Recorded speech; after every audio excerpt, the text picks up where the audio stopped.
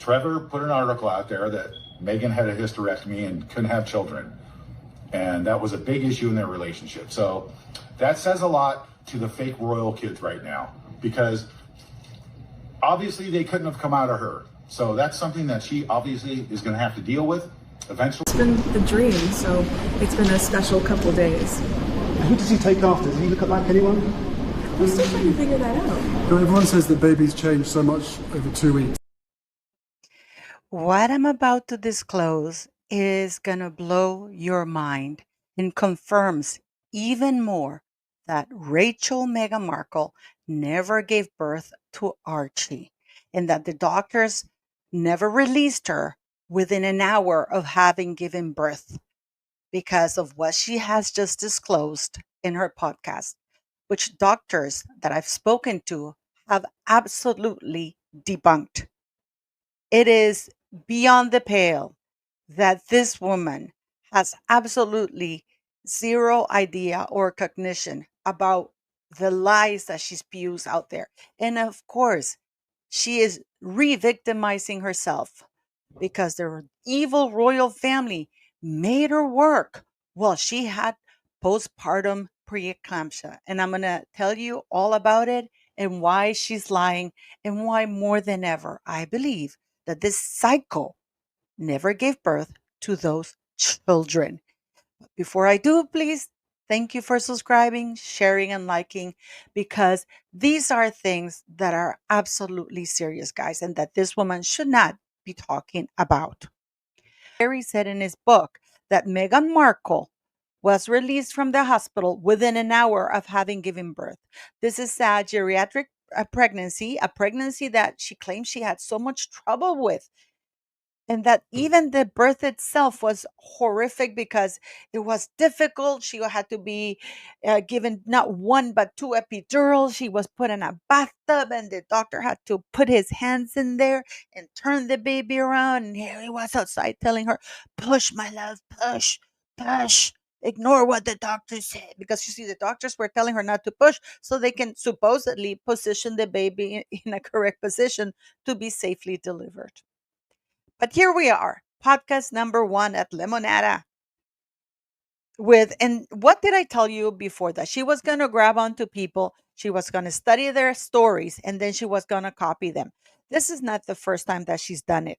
She's done it with the 43% Nigeria with Georgina Lawton, who found out in 2021 that she was 43% Nigeria while vacationing, and then she phoned her mother. And she wrote a book about it, which is called Raceless. And the very next year, Meghan Markle is actually saying the same thing, that she found out she's 43% Nigerian. The only problem with that is that in order for her to be 43% Nigerian, it would mean that Doria would have to be 100% Nigerian. But never mind that.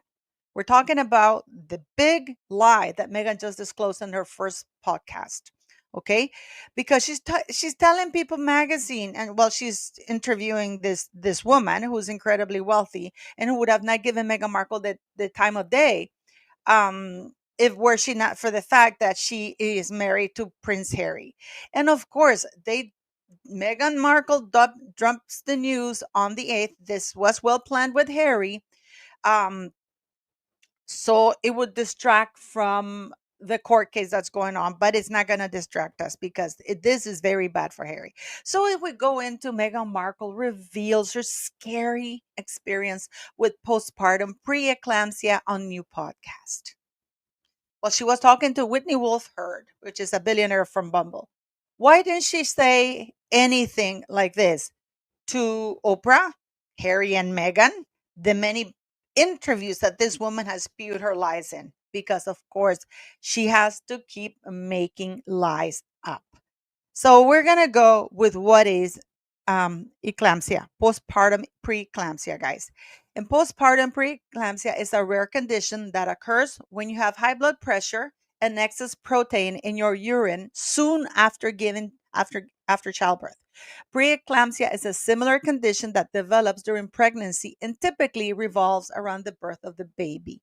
Most cases, postpartum preeclampsia develop within 48 hours of childbirth, but postpartum preeclampsia sometimes develops up to 6 weeks or after childbirth. This is known as late postpartum preeclampsia. Okay, and postpartum preeclampsia requires prompt treatment. Left untreated, postpartum preeclampsia can cause seizures and other serious complications. Okay, we know that she didn't have it within 48 hours. Had she stayed at the hospital because she had supposedly two epidurals, the doctors would have found it. How do we know she didn't develop them later? Because she refused to go to see the queen with Archie and Sandringham like all the royals go, because she said that she didn't want to fly because Sandringham was too far. So she took Elton John's private jet to Ibiza, Spain. And then she went to Nice, to France again. And then she flew for a weekend to see Serena Williams play tennis. So, and this is in span of quite a few weeks. And if you have postpartum eclampsia, one of the telltale sign, guys, is that your hands get swollen horribly, and your feet get swollen as well. And yet, Meghan Markle was the slimmest she's been after giving birth to Archie. This is an actual headline, guys. This is an actual headline. Meghan Markle slimmer than ever 3 months after birth and new Instagram. What's her diet? Meghan Markle, 38, has appeared in an Instagram story on the Sussex royal account. She's taking part of an initiative and she looks thinner than ever. Okay, so the lies accumulate and they're not good for her. It doesn't look good for her at all, guys. Because as I said, either she had it 48 hours or she didn't. And the royal family, the reason why she's saying this victim narrative is because, of course, this dumb woman, everything that happens to this woman is always near fatal, near catastrophic, near death. It's insane. It's like she was humming a lullaby while dropping to the floor with a child in her hands and she's having a miscarriage. It's, and by the way, the podcast is incredibly boring. I just throw in for that.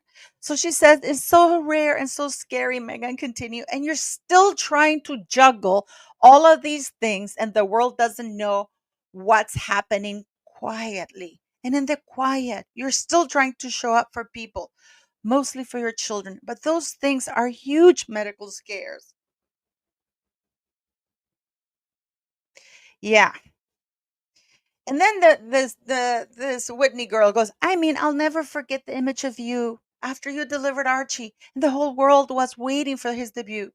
Wolf hurt. I was either just becoming or about to become a new mom, and I was like, oh my God, how is this woman doing this? How is this woman putting on heels and going on and debuting a child in this, beautiful outfit in front of the entire world? I could barely face a doorbell delivery for takeout food in a robe. And Megan laughs. Yeah, because she's trying to say that the royal family is the one who made her work, that the royal family put her up. Because let's not forget, she did that African trip where she said, are you okay? Nobody's asked me if I'm okay. She was okay to travel for a weekend and leave her new infant baby boy. She was okay to travel to Spain in that private jet with Elton John. She was okay to travel to Paris for her friend's wedding. She was okay to travel to Toronto and leave her baby once again with Harry. She was okay to travel to New York on a quiet trip, secret trip after. All of these trips are after she gave birth. Which doctors, I talked to doctors and they said that if you develop a postpartum eclampsia because it's high blood, you're not advised to travel anywhere because that only exacerbates the things. You can have seizures. And why lies? Why the lies, guys? And this is just podcast number 1. What did I tell you she was going to do? She's still trashing the royal family. She's still trashing the queen. And this is just a distraction ploy to divert us from the fact that Harry is still trying to get um, full-time paid security while he's in the UK so he can then claim it in the United States of America. Why does she lie? This woman is absolutely certifiable. So the queen made her work. Well, Catherine because I know where the angle is going. You see, Catherine had a severe, while she was pregnant, she had severe morning sickness. I can't remember the name of it. And if you know it, just put it at the bottom here.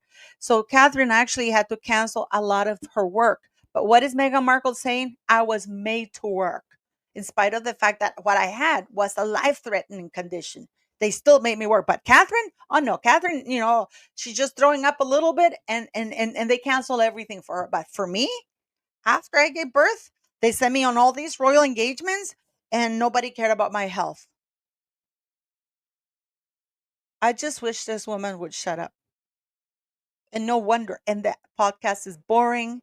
It didn't even debut at number 100. I don't think it's even in the first 100.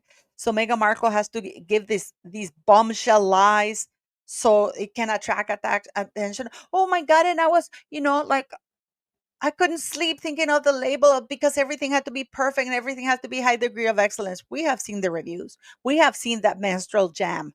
She's swindling people right, left, and center. She's not even FDA certified nor approved.